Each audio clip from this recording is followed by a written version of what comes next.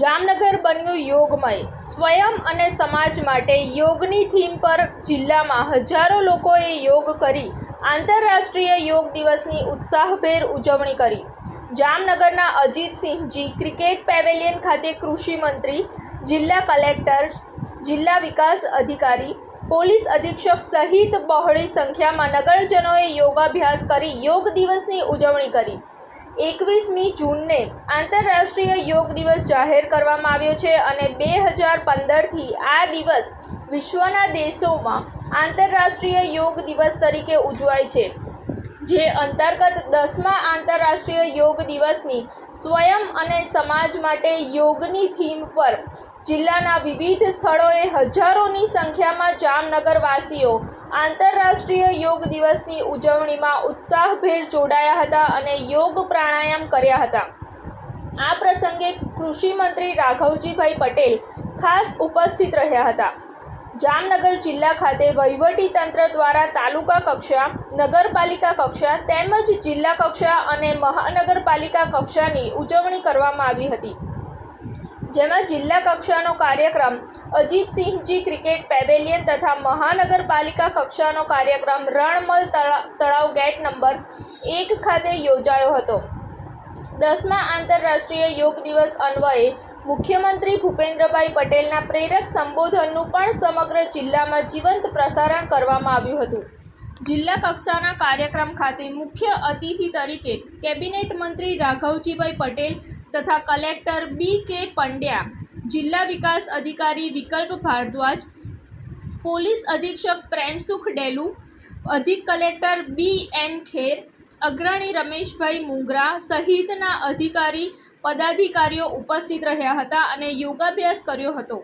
જિલ્લા home guard commandant Girish સરવૈયાએ શંખનાદ કરી યોગાભ્યાસની શરૂઆત કરાવી હતી, જ્યારે ગુજરાત રાજ્ય યોગ બોર્ડના કોઓર્ડિનેટર પ્રીતિબેન શુક્લ તથા તેમની ટીમે ઉપસ્થિત સૌ કોઈને યોગ પ્રાણાયામ કરાવ્યા હતા.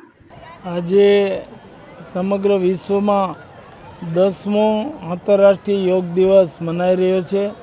વિશ્વના લગભગ 193 જેટલા દેશોમાં આજે યોગ દિવસની ઉજવણી થઈ રહી છે. આપણા યશસ્વી વડાપ્રધાન શ્રી નરેન્દ્રભાઈ મોદીએ યુનોમાં એક પ્રસ્તાવ મૂક્યો.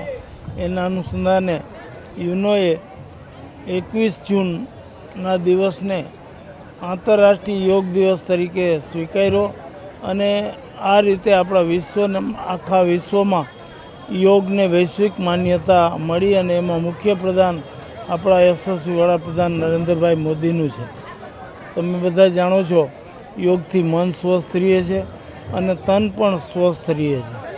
આપણા ઋષિમુનિઓએ આપણી પ્રાચીન જે ચિકિત્સા પદ્ધતિથી લઈ અને જીવન પદ્ધતિ હતી એમાં યોગ વિશે ઘણું બધું સંશોધન કર્યું અને એ સંશોધનનું પરિણામ સ્વરૂપ આ યોગ વિદ્યા અસ્તિત્વમાં આવી અને જેને આજે સમગ્ર દુનિયાએ સ્વીકારી છે એ આપણા માટે ગૌરવની વાત છે. આજે જામનગર જિલ્લામાં અહીં જિલ્લા કક્ષાનો આંતરરાષ્ટ્રીય યોગ દિવસની ઉજવણી કરવામાં આવી રહી છે. હજારોની સંખ્યામાં વિદ્યાર્થી ભાઈ બહેનો, યુવક યુવતીઓ, સરકારી કર્મચારીઓએ બધાએ આ કાર્યક્રમમાં આનંદભેર, ઉત્સાહભેર ભાગ લીધો છે.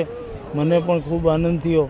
મેં પણ હાજરી આપી અને આ સારા એવા ખૂબ સફળ કાર્યક્રમના આયોજન માટે હું જિલ્લાના વહીવટીતંત્રને ખૂબ ખૂબ અભિનંદન આપું છું. Report Sanjeev Rajput, TV9 Gujarat, Jamnagar.